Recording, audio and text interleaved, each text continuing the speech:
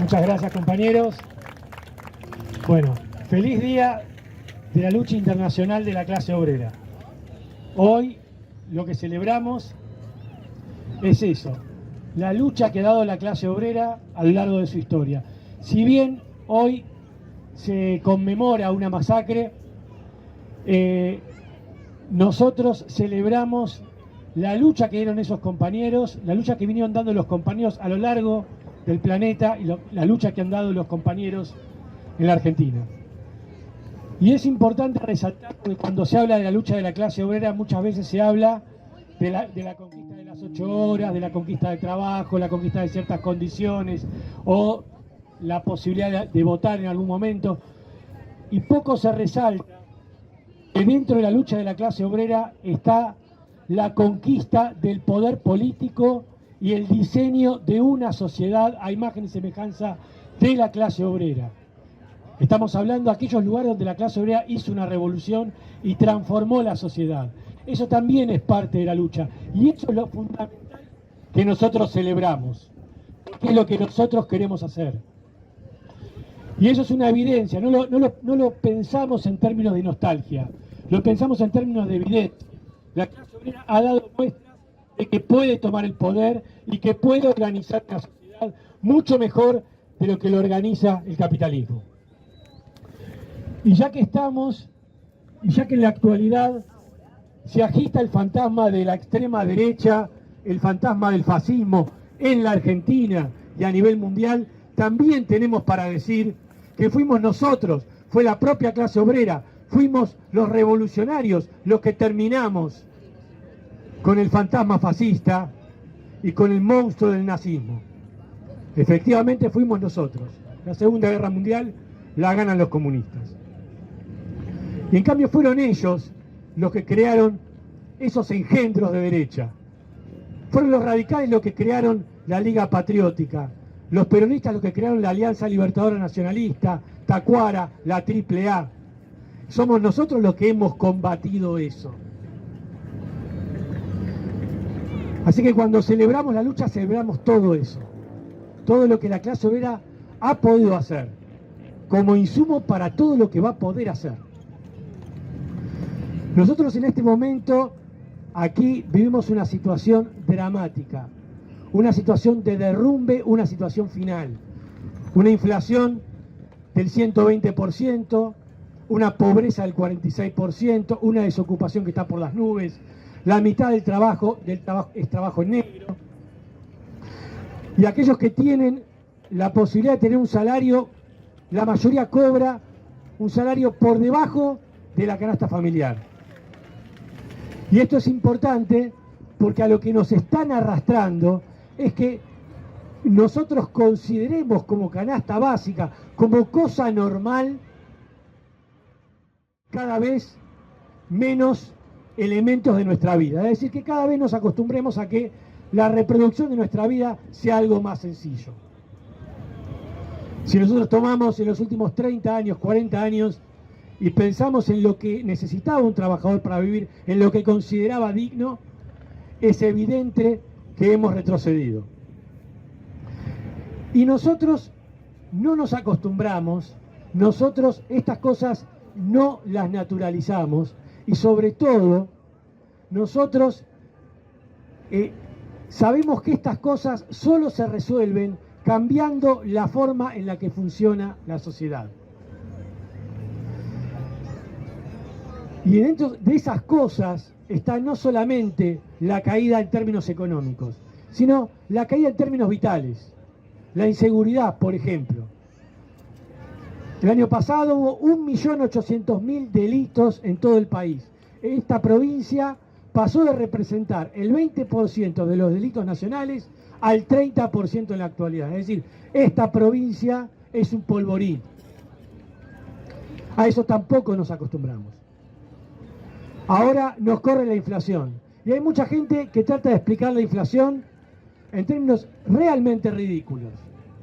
Por un lado, según Cristina, 2 o 3 especuladores. Bueno, es cuestión de, como decía Guillermo Moreno, como dicen los kirchneristas, sentarse con un par de empresarios y que no sean tan tacaños. Una locura. Ya han fracasado en eso. Fracasaron en el primer gobierno que tuvieron que intervenir el INDEC, fracasan ahora. Del otro lado tenemos Juntos por el Cambio, incluso Milei, que dicen, bueno, que es un problema simplemente monetario, que es cuestión de no imprimir billetes o no emitir o no gastar. Otra vez, el problema, lo que no se preguntan es por qué la Argentina tiene un déficit. La Argentina no tiene un problema contable, no es que quebró una cuenta. La Argentina es un país que está quebrado, ese es el problema. ¿Por qué está quebrado? Básicamente porque recibe muy poco dinero, porque tiene solamente, lo único que puede hacer este país es exportar yuyos, y por otro lado tiene un conjunto de empresarios a los que hay que sostener. Es decir, tenemos que sostener un conjunto de empresarios exportando yuyos. Eso no se puede, eso genera un país quebrado. Piensen ustedes en el problema del dólar. ¿Cuál es el problema con el dólar central? Bueno, que hay un montón de empresarios a los cuales hay que ofrecerles un dólar al 50% del precio real, el dólar oficial, que lo tienen los importadores, los empresarios que necesitan insumos. Entonces estamos subsidiando ese tipo de empresarios todo el tiempo. Y eso provoca este derrumbe. Lo interesante es que ellos están pensando una salida. Cuando digo una salida, es una salida a corto plazo y para ellos, porque ellos el problema que tienen es la desorganización económica, la desorganización de los precios. Pero no les importan nuestras condiciones. Entonces están pensando en la salida, es cómo terminamos con esta inflación tan galopante simplemente para estabilizar los precios, y eso va a implicar una caída mayor nuestra. Están pensando en eso que llaman los planes de estabilización, o sea, un shock importante, un ajuste inicial muy importante. Eso que han llamado el dolor inicial para poder después ir al camino hacia la felicidad. Nosotros ya tenemos experiencia en esos dolores. Se llamó segundo plan quinquenal, los planes de estabilización de Frondizi, Kirchner, Bacena, se llamó el plan de Martínez de Oz, se llamó el plan de convertibilidad, la sintonía fina de Cristina y el segundo semestre de Macri.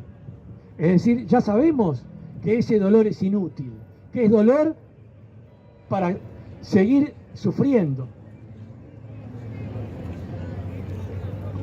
Ellos han tenido la posibilidad de echar mano a plata para cubrir ese agujero.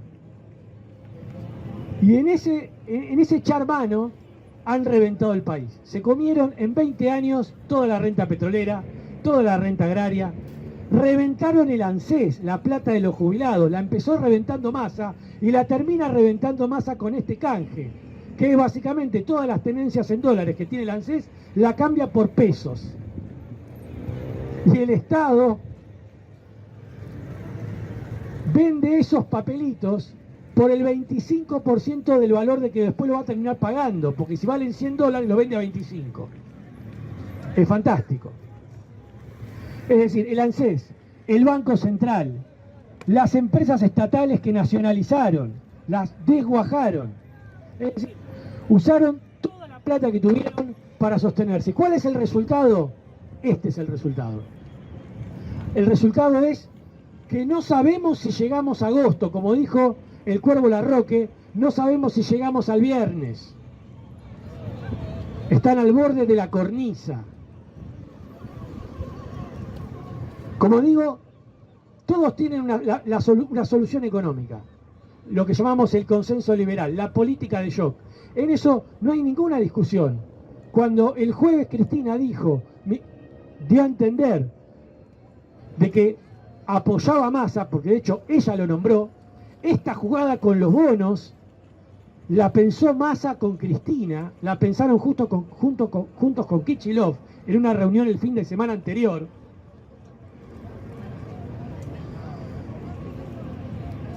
Cuando dijo eso, está diciendo apoyo esta solución.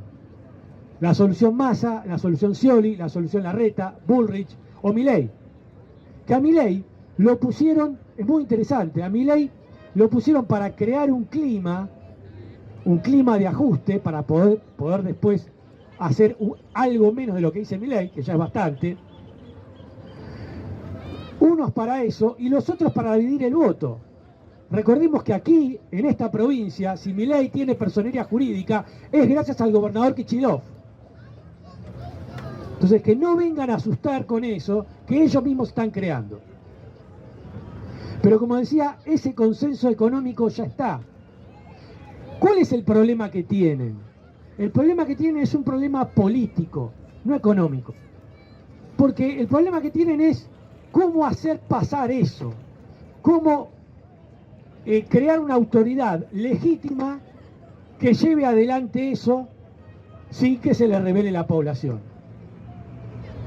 Por eso, incluso un intelectual de la burguesía como Pagni pedía internas. ¿Por qué pide internas? ¿Por qué pide paso? Porque dice, el próximo presidente tiene que tener mucha legitimidad, no puede surgir de un dedo. Y pensando en eso, fijémonos en la debacle del peronismo. Hace 4 años el candidato lo puso a Cristina en 5 minutos con un tuit. Y no se discutió, fue ese el candidato.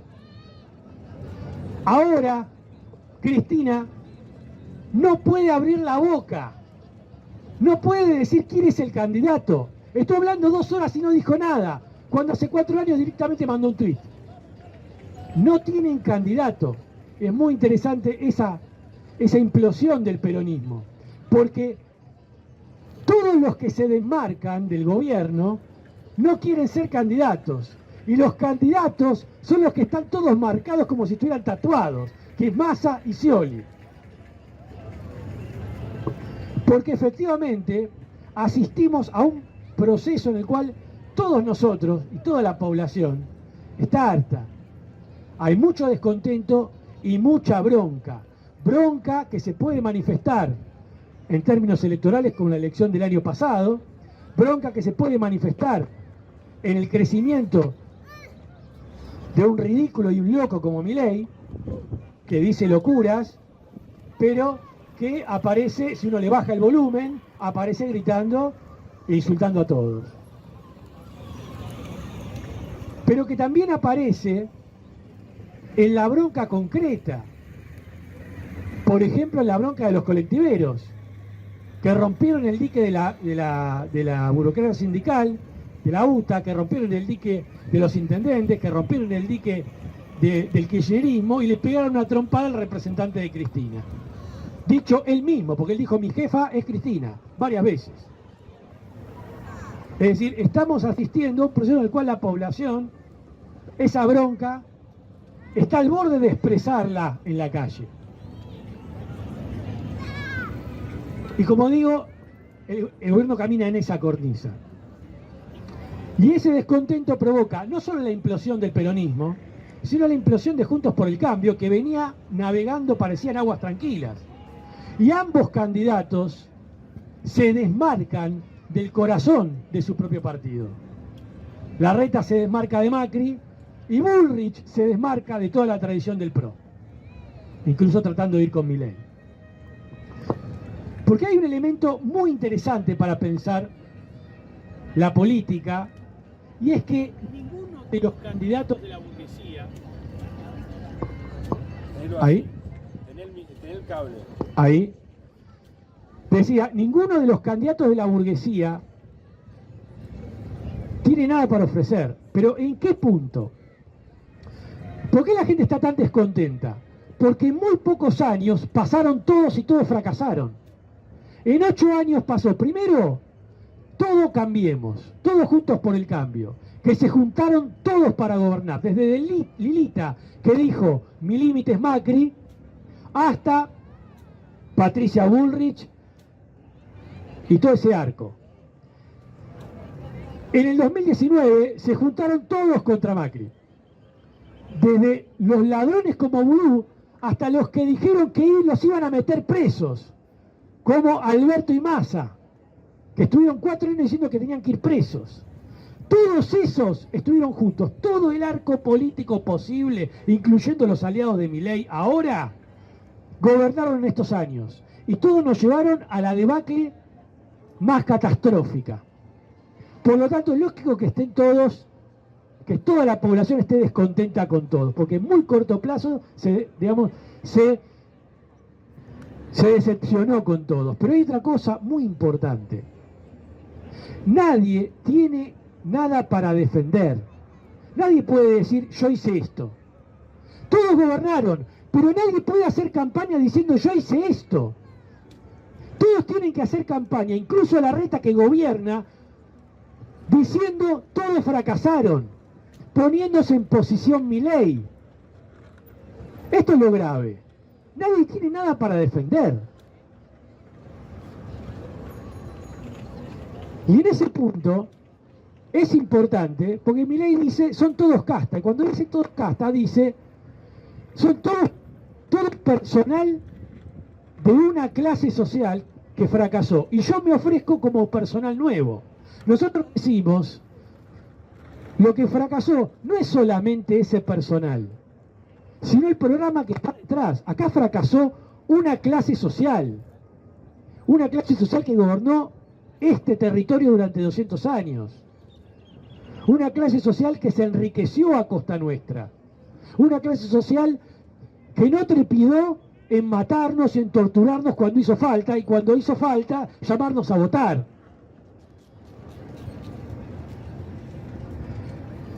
Eso que fracasó es esa clase social y la sociedad que disfruta esa clase social.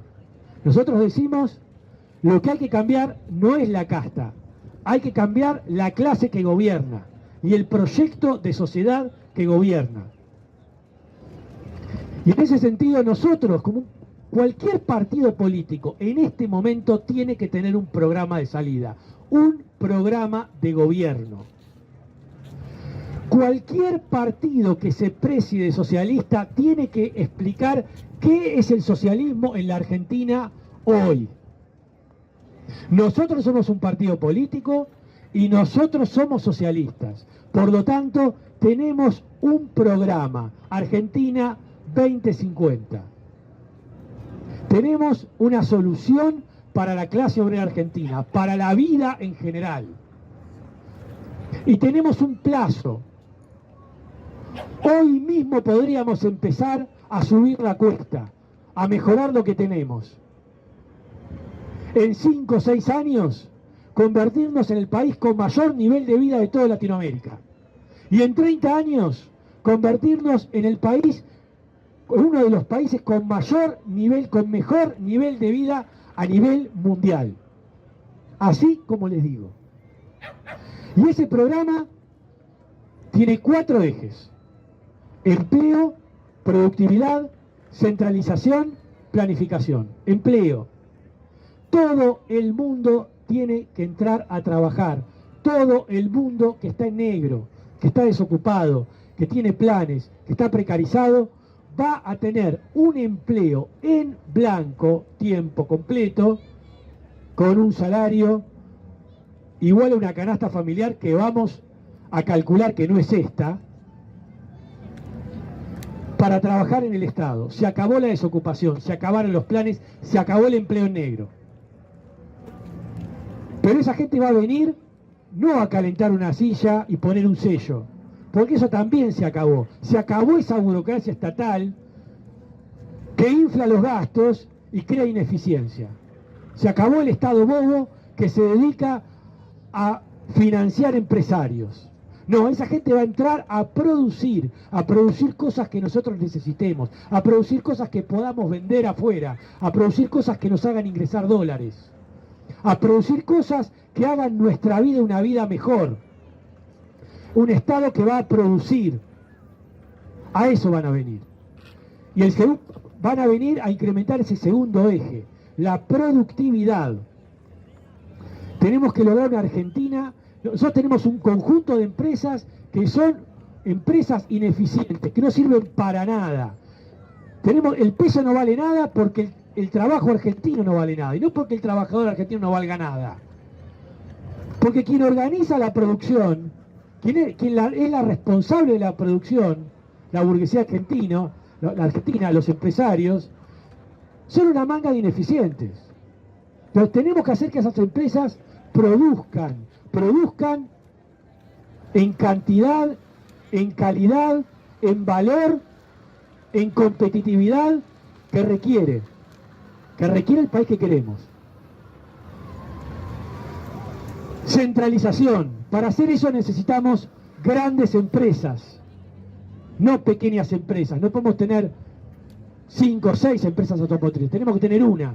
No podemos tener miles de empresas de indumentaria o de alimentos. Tenemos que tener una empresa nacional de alimentos, una empresa nacional de indumentaria, una empresa nacional de cada una de las ramas, porque así ganamos escala.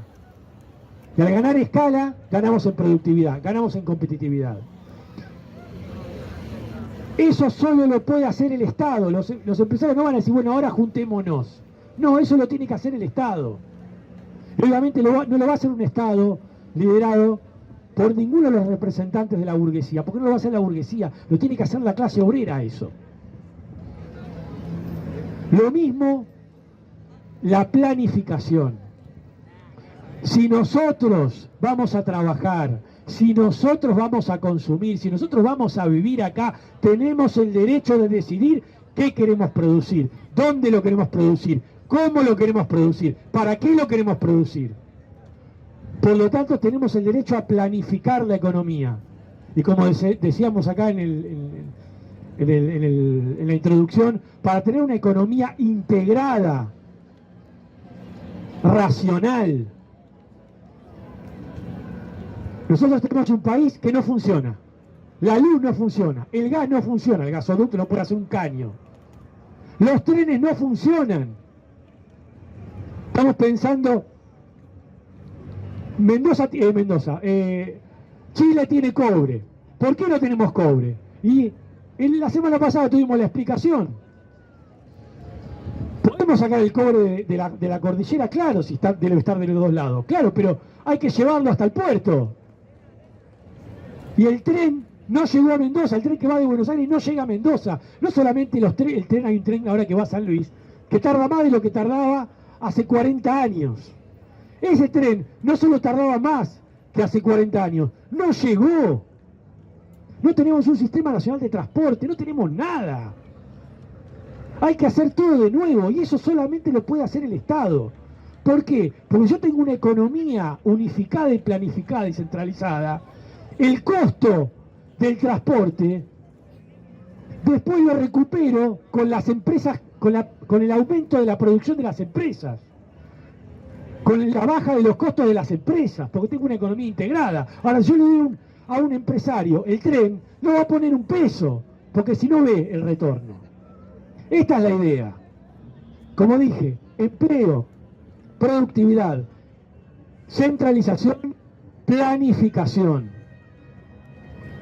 Esto es importante y con esto también terminamos con el problema de la inseguridad, empezamos a terminarlo.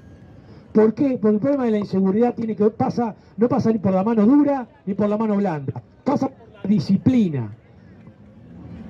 La disciplina que le impone a uno la sociedad. Si yo sé que me tengo que levantar a las 8 de la mañana porque tengo que ir a trabajar y ese trabajo me va a dar una vivienda, me va a dar una familia, me va a dar un tiempo de ocio, de esparcimiento, vacaciones, un auto, electrodomésticos, me va a dar una vida digna de ser vivida, ¿por qué voy a arriesgar todo eso por un celular? No lo voy a hacer. Además de todo eso, tenemos otro tipo de medidas. Por ejemplo, no puede ser que los cuerpos de seguridad sean una mafia donde el comisario o el subinspector dicen y el resto tiene que hacer. Entonces, la cabeza de la mafia ordena y el resto tiene que obedecer cualquier cosa. No puede ser. La policía tiene derecho a sindicalizarse. Los agentes policiales subalternos tienen el derecho de tener su sindicato y poderse defender de esos atropellos. Las cuentas de las comisarías tienen que ser públicas, que puedan ser auditadas. Los responsables, los comisarios, los inspectores y los responsables de seguridad tienen que ser electos por la población. Y todos esos cargos tienen que ser revocables. Esa es una forma concreta de abordar el problema de la inseguridad. Y como yo decía en un reportaje, yo les garantizo que con estas medidas, en 2 años, las cifras de seguridad bajan a la mitad. En definitiva, todo esto es un plan que tenemos como Vía Socialista. En este momento nosotros estamos peleando para que estas ideas puedan estar en las elecciones, que tengan un cuerpo legal. Por eso toda esta campaña. Y también, así como peleamos por la legalidad, por poder estar en una de las opciones electorales, también estamos cuando la clase obrera sale a la calle. Cuando la clase obrera salga a la calle, también ahí estaremos como estuvimos siempre. En definitiva, es importante que esto crezca, que este programa, que la clase obrera pueda llevar adelante este programa para que pueda organizar la sociedad y tener la vida que se merece, y pueda ser además un espejo para el resto de sus hermanos a nivel mundial. Muchas gracias, compañeros, feliz día.